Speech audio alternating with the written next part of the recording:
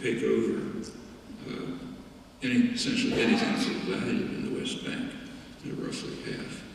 Take over the territories behind what's called the separation wall, actually an annexation wall. That includes arable land, main water resources of the region, the pleasant suburbs of the main cities, Tel Aviv and Jerusalem, linked them with superhighways. It'll take over the Jordan Valley, it's about a third of the territory. That imprisons what's left. And what's left is divided into cantons almost completely by a salients that cut through. One big one to the east of what's called Jerusalem, actually a vastly expanded area called Jerusalem, illegally annexed by Israel in violation of Security Council resolutions. At that time, the U.S. even voted for them. So that cuts through, going through a major town, Noam, which was built in order to subdivide the West Bank.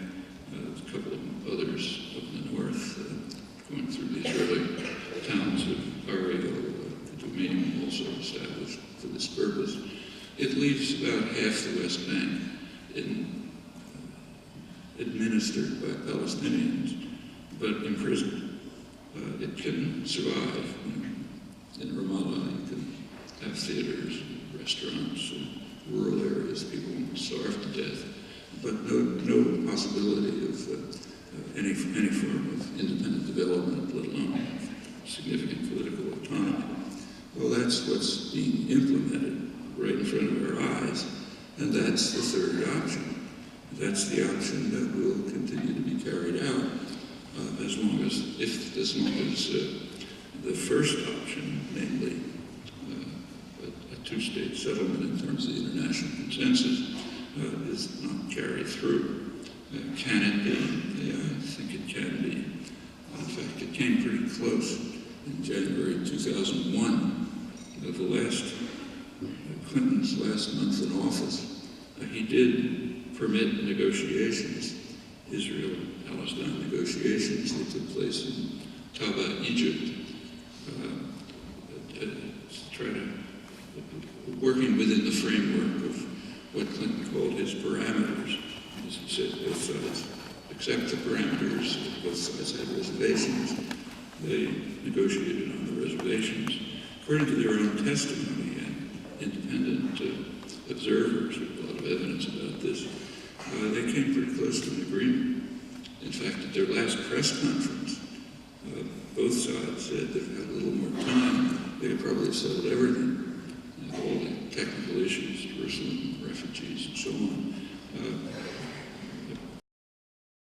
Israel terminated the negotiations prematurely, and they never proceeded formally, they proceeded informally. But straightforward actions on Israel's part. The main one would be to withdraw the army, the IDF, from the occupied territories. They are illegally, okay, withdraw it. And under international pressure from the United States, they would have to do them. And there are methods available to us, to Europe as well, to achieve this result. So instead of giving you my sense of it, but the quote from a very respectable source, one that's been very cautious about being at all critical of Israel, because of the funding, I suppose, Human Rights Watch. They issued a report quite recently which is directed to Europe and to the United States. To Europe, they said that the blatantly discriminatory practices make it an urgent matter for donor countries, that's Europe, to avoid contributing to or being complicit in the violations of international law caused by the settlements. That means by their existence and everything related to them. Human Rights Watch called on the EU, which they said is a primary export market for settlement products, to ensure that it does not provide incentives for settlement exports. There's all sorts of methods, called on businesses to make sure they don't become engaged in such violations, including any separated from discriminatory Israeli practices. That means everything. Discrimination of the kind practiced daily should be beyond the pale for anyone. Foreign governments and businesses at risk of being tainted by Israel's unlawful practices should identify and end policies and actions that support them. And notice that includes everything related to the occupied territories. Now, that's a message to Europe, explicitly, and it suggests actions that can be taken, which could lead to withdrawal of pressure to withdraw the IDF, moves on to accept the international consensus that has been sitting there since 1976 and has overwhelming support. So it's not as if there's nothing that can be done. There's quite a lot that can be done, namely compel your own governments to stop participating in criminal activities. Amnesty International has gone even beyond. It's called on states of the world to declare an arms embargo on Israel because it's using military force in violation of international law, as indeed it is. Actually, that's particularly crucial for the United States, where most of the arms come from. And Israel's use of these arms happens to be an explicit violation of U.S. domestic law as well. But that, again, these are prescriptions for everyone, for Europe as well as the United States, crucially the United States. Well, let me say a few words about the history, go through the details. The current relations between the U.S. and Israel are tight relations, and the strongly supportive position of the European countries. It actually dates from 1967. And there was a background. That's the 1967 war, which Israel conquered the territories. There's background for that too. In the background, in 1967, was a war that was going on between Saudi Arabia and Egypt. It was being fought in Yemen, Oman. Egypt was the center of secular Arab nationalism, and that was frightening to the West, particularly to Britain and the United States.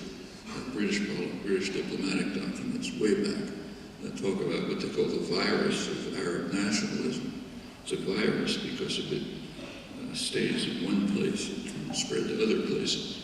And Arab nationalism would undermine the control of these stupendous strategic resource on the part of early Britain, later the United States. Saudi Arabia, on the other hand, is the center of radical Islamism, also, as mentioned, the central funder of jihadism, spreading radical Islamism through the world. So naturally, the United States and Britain supported Saudi Arabia and tried to block Nasser, the danger, was a threat that Nasserite Egypt might try to use the resources of the region for direct them to needs of their own populations instead of the West and the royal families and so on. Israel resolved that conflict. It destroyed the center of secular nationalism and won a lot of rewards for that. In fact, it was supporting Saudi Arabia quite openly. That's when the very tight relationship was established, and it's remained, with that being a large part of the reason. Shortly after, in the Nixon years, 1969, Israel was officially designated. The phrase was one of the cops on the beat. The way you run the area is a kind of a framework for running the energy resources. You have to protect the dictators who make sure that we get the benefits, protect them from their own populations. That's why secular nationalism is so important. In order to protect them, you need a police force, cops on the beat, preferably non-Arabs. They do a better job at killing Arabs. So the cops on the beat in those years were the Shah of Iran, who was then an ally, close ally, Turkey, been in